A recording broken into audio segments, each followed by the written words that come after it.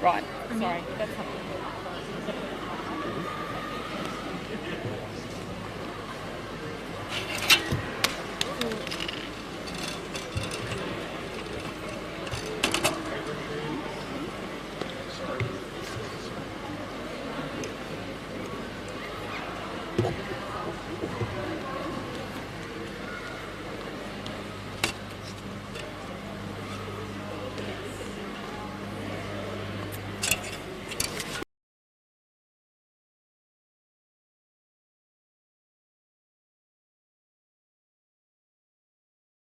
New COVID cases. So once again, terrific news.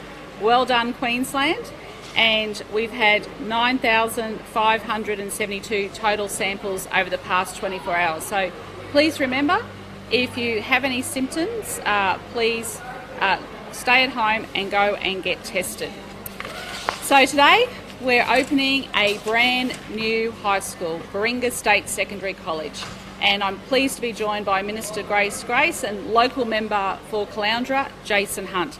This is a $127 million investment. This is about our government investing in growing areas across our state. So over this year, we'll be opening 5 new schools officially, but they've already opened. And there'll be 3 new schools for next year. In fact, just down the road, we were just speaking to the local primary school principal, Noel, who tells me that they've got over 1,000 students at that primary school, and we are going to be building another primary school just down the road to cater for the enormous growth that's happening in this corridor. There is a lot of investment happening in here.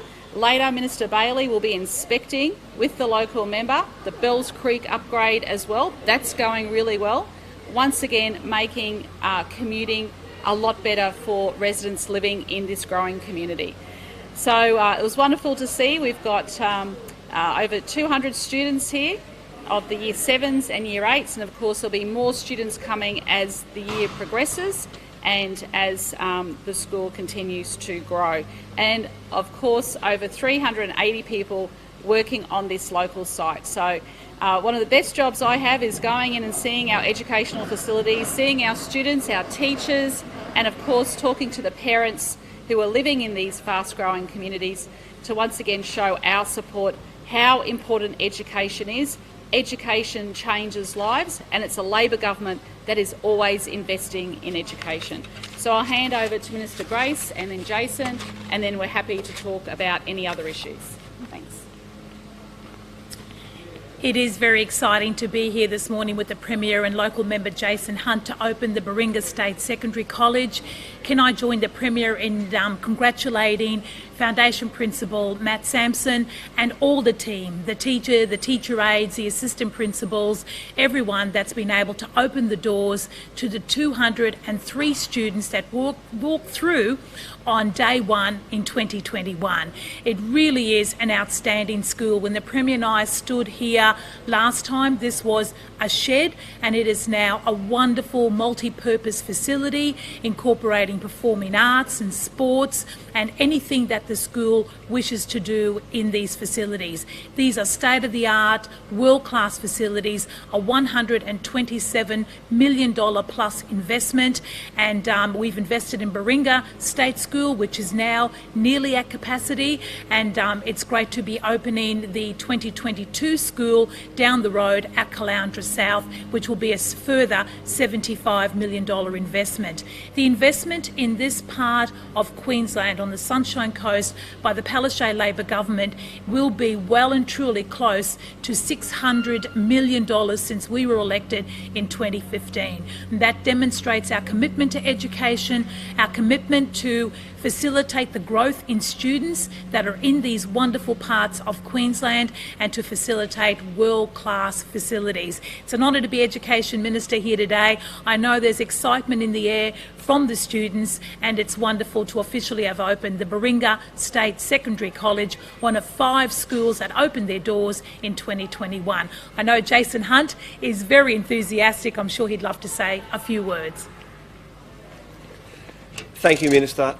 The importance of education announcements are self-evident largely, but when you sit up on that stage there and you are looking down at the Baringa State Secondary College foundation students, and you're looking down at those students' faces and their smiles and their mischievous looks and their elbows and their winks to each other when the Premier is talking, that's when you know the real intrinsic heartfelt value of investment in schools and secondary schools. So when the Premier was talking, I was watching largely the students and their reaction, and it's terrific, and it really makes you realise the importance of these announcements and these investments. In Parliament last year I said this is part of a trifecta for the Palaszczuk government just in Caloundra. So we have the Baringa primary school, the secondary school, and now the Narimba school next year. That's an incredible amount of capital in one area and in one electorate. It really represents the commitment of this government. It represents my passion for education. And then, as I say, when you sit up on that stage and you look into the eyes of those students as they mess around while we're talking, you really realise that this is such a valuable investment in the future. Thank you. Thanks. Any questions on the new school? No? Okay, we can move on to some other issues. Just on COVID, Premier. Yes. GPs are frustrated they haven't been given a green light by the federal government to set up vaccine clinics.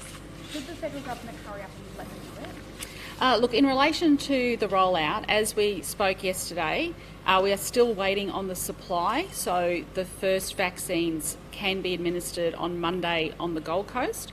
But what's really important is a really thorough communications campaign, and I think this is something that National Cabinet will talk about again as well. It is absolutely vital that everybody knows the plan for the rollout and who is doing what. So of course the GPs do need to know what the federal government's plans are. Just on the Facebook ban, yes. The Queensland Health page has been impacted by that. How is that going to impact how COVID information is going to be Yeah, look, I'm very concerned to learn reports today, especially that our Queensland Health website was being impacted, as was the Bureau of Meteorology. So I think the federal government needs to sort this out quickly. You cannot have, you cannot have vital information not getting to people when that is where they go to get their source of information. So it needs to be fixed up, and it needs to be fixed up today. So should they back down on their requests for funding? Well, I think they need to look very closely at services such as Queensland Health and the Bureau of Meteorology that provide timely and accurate information. They should not be caught up in this ban. Yep. So we should back out. The federal government should back down. The federal government should sort it out. What about the impact that's having on regional Queensland? You know, so much of regional Queensland relies on its local news services. Those news services aren't able to get that information out the way that they should be able to. Yeah, well, this is the ball is firmly in the federal government's court here. This is a federal issue, and it needs to be sorted out. And I hope that the Prime Minister will see sense and sort this issue out quickly. Would you talk to Facebook? Sorry? Would you talk to Facebook? I understand that our department, through my department, Premier's department, is speaking directly to Facebook to talk about how important it is for Queensland Health information and Bureau of Meteorology information to be given out to people across our state. It is absolutely vital and critical. Would you raise news outlets among those? Well, I think this is an issue the federal government needs to sort out. It's sort of just sprung up on people. What value do you place on regional news outlets going through Facebook? Do you see Well, a lot of people get their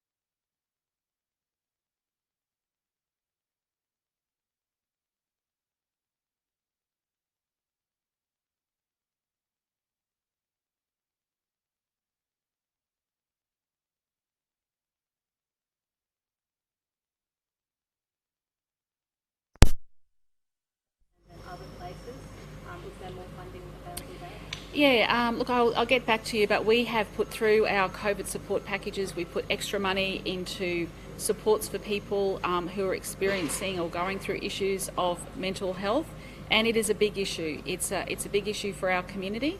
We have a mental health commissioner, but of course the federal government provides services, we provide services, and we want to make sure that if people do need the help, that they know where to go, where they can get help.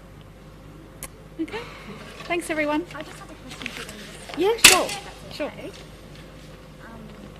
It's just on CQ University in Rockhampton going back to full capacity lectures in 2 weeks' time.